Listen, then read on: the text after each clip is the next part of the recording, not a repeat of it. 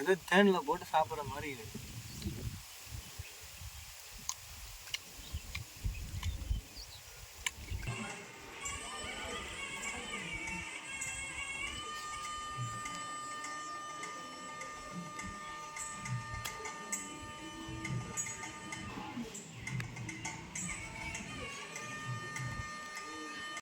Dheena sorry எப்போ பாரு பழக்க தோஷத்தில் தீனான்னு தான் கூப்பிட்றேன். முருகா எங்கே வந்தாலும் இந்த வேலையை நீ விட மாட்டேன்.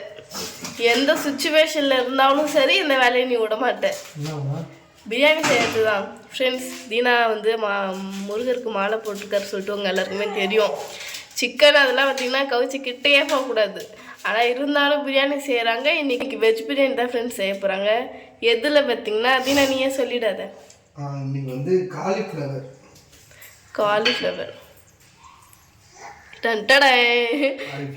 காலிஃப்ளவர் பிரியாணி இப்போதான் புதுசாக கேள்விப்படுறேன். இதெல்லாம் நான் சாப்பிட்டதே இல்லை. தீனா பார்த்தீங்கன்னா அதுக்கேற்ற மாதிரி வெஜிடபிள்லாம் கட் பண்ணி வச்சுட்டாங்க. சிம்பிள் தான் நினைக்கிறேன். மஷ்ரூமில் பிரியாணி செஞ்சு தான் கேள்விப்பட்டுக்கிறேன். நீ வந்து இப்போ இது காலிஃப்ளவரில் பிரியாணி செய்ய போகிற.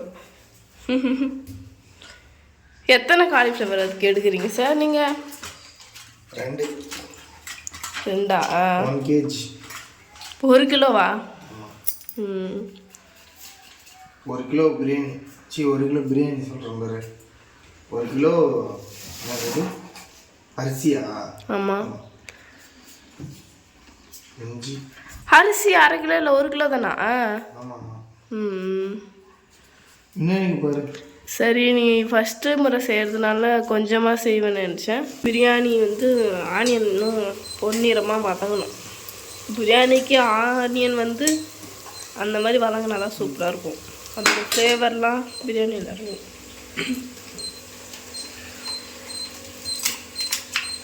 காலிஃப்ளவர் பெருசு பெருசாக கட் பண்ணுறீங்கன்னா ஏன்னா நீ செய்யும்போது சின்ன தான் ஆகிடும். அதில் வெந்ததுனாலே கரெக்டாக இருக்கும். அப்போ தான் நம்ம கழுவும்போது சுத்தமாக அதில் நிறைய இதுலாம் க்ரீம்லாம் இருக்கும்ல, சுத்தமாக ஆகணும். அப்போ தான் சின்ன சின்னதாக கட் பண்ணும்போது தான்.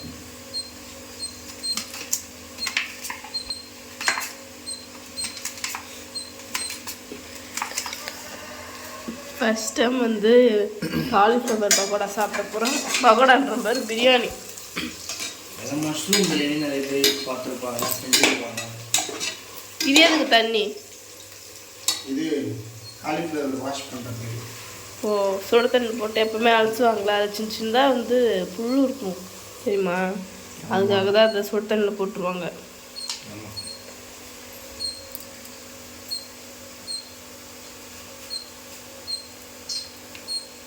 பகோடாவும் போடணும் தினம் ஈவினிங். 3 பூ இருக்குது. அதில் வந்து ஈவினிங்காக 1 பகோடா போட்டுக்கலாம். சாப்பிட்றோம்னா அது சாப்பிட்ணும் ஆசையாகுது. வந்து 1.5 பூ நம்ம வந்து போட போகிறோம். போட்டு பிரியாணி கரெக்டாக தான் இருக்கும். 1 கிலோ பிரியாணிக்கு 1.5 பூ போடுறோம். நான் கொஞ்சம் இடம் விட்டால் நானும் பார்ப்பேன். இன்னும் அரிசியே போடலையே தினா நீ? அரிசிக்கு அப்புறம் தான் போடணும். நல்லா கொச்சதுக்கு அப்புறம் தான் போடணும். காலிஃப்ளவர் தெரியுது. போடு எப்படி இருக்குன்னு பார்ப்போம். ஃபர்ஸ்ட் டைம் எப்படி இது? ஏன் முருகா எப்படி இது முருகா? உப்பு லைட்டாக பத்தலையா? எல்லாமே இப்போ கரெக்டாக போடு. எடுத்து சாப்பிடும்போது பர்ஃபெக்டாக இருக்கணும். பிரியாணியில் யாரும் உப்பு மறுபடியும் போட்டு கிண்டி சாப்பிடுவாங்களா? அரிசி போடலாமா? அரிசி போடலாமா? வேணா அழகே சொல்லிடுச்சு.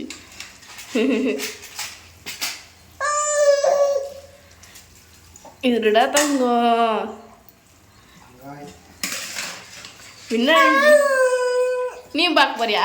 தம் போட்டாச்சு. இப்போ எடுக்க போகிறோம். தம் எடுக்க போகிறோம். சீக்கிரம் பசிக்குது. டேஸ்ட் பண்ணி பார்க்கணும் உன் காலிஃப்ளவர் பிரியாணி. சில பேர் வந்து குக்கரில் செய்யும்போது அந்த விசில் எடுத்துட்டு அப்படியே விட்டுருவாங்க.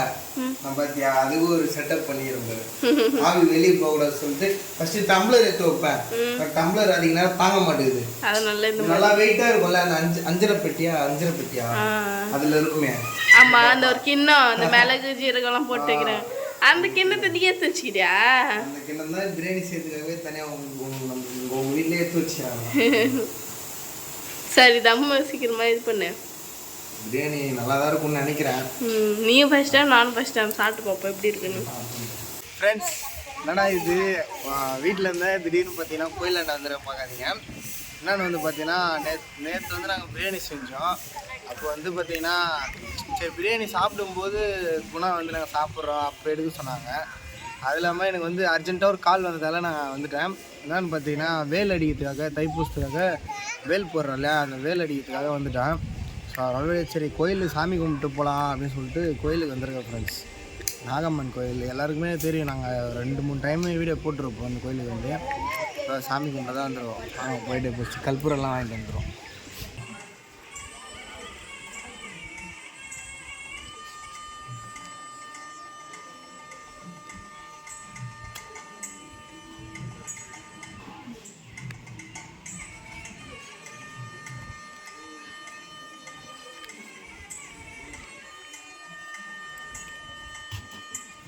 ஃப்ரெண்ட்ஸ் இப்போ வந்து பார்த்தீங்கன்னா கோயிலுக்கு போயிட்டு வந்துட்டோம். இங்கே வந்து நிழல் இருந்தது, மரம் வேப்ப மரம், அந்த இடையில உட்காந்தாச்சு. சரி சாப்பிட்டு போகலான்னு சொல்லிட்டு இங்கே உட்காந்துட்டோம். என்னென்ன வாங்கியிருக்கோம் பார்த்தீங்கன்னா இது வத்த பாக்கெட்டு ஸ்நாக்ஸ் போர் அடிச்சு சொல்லி சாப்பிட்லான்னு வாங்கினேன். நான்வெஜ் இது வந்து சாக்லேட் சாப்பிட்றதுக்கு. இது வந்து செரி பழம். வந்து நம்ம செரி பழத்தை வச்சு சாப்பிடுவோம். எவ்வளோ சூப்பராக இருக்குது பாருங்க. அந்த செரி பழம் வந்துட்டு இப்போ ரீசெண்டாக ரேட் அதிகமாகிடுச்சு சொன்னாங்க. எவ்வளோ இனிப்பாக சூப்பராக இருக்குது.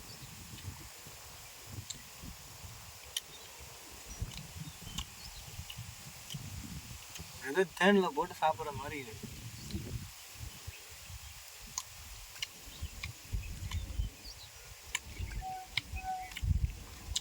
வச்சிருப்போம்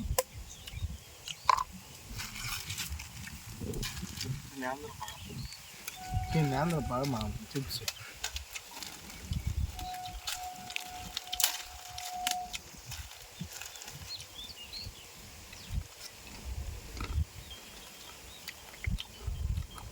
இந்த சிப்ஸு ஓரளவுக்கு கேரளா சிப்ஸ் டேஸ்ட் இருக்குது. அன்றைக்கி நாங்கள் வந்து கோயிலில் வாங்கினது வந்து மலையனூர் கோயிலில் வாங்கினது அந்தளவுக்கு டேஸ்ட்டே இல்லை. இது வந்து அந்தளவுக்கு கொஞ்சம் ஓரளவுக்கு கொஞ்சம் கேரளா டேஸ்ட் வருது.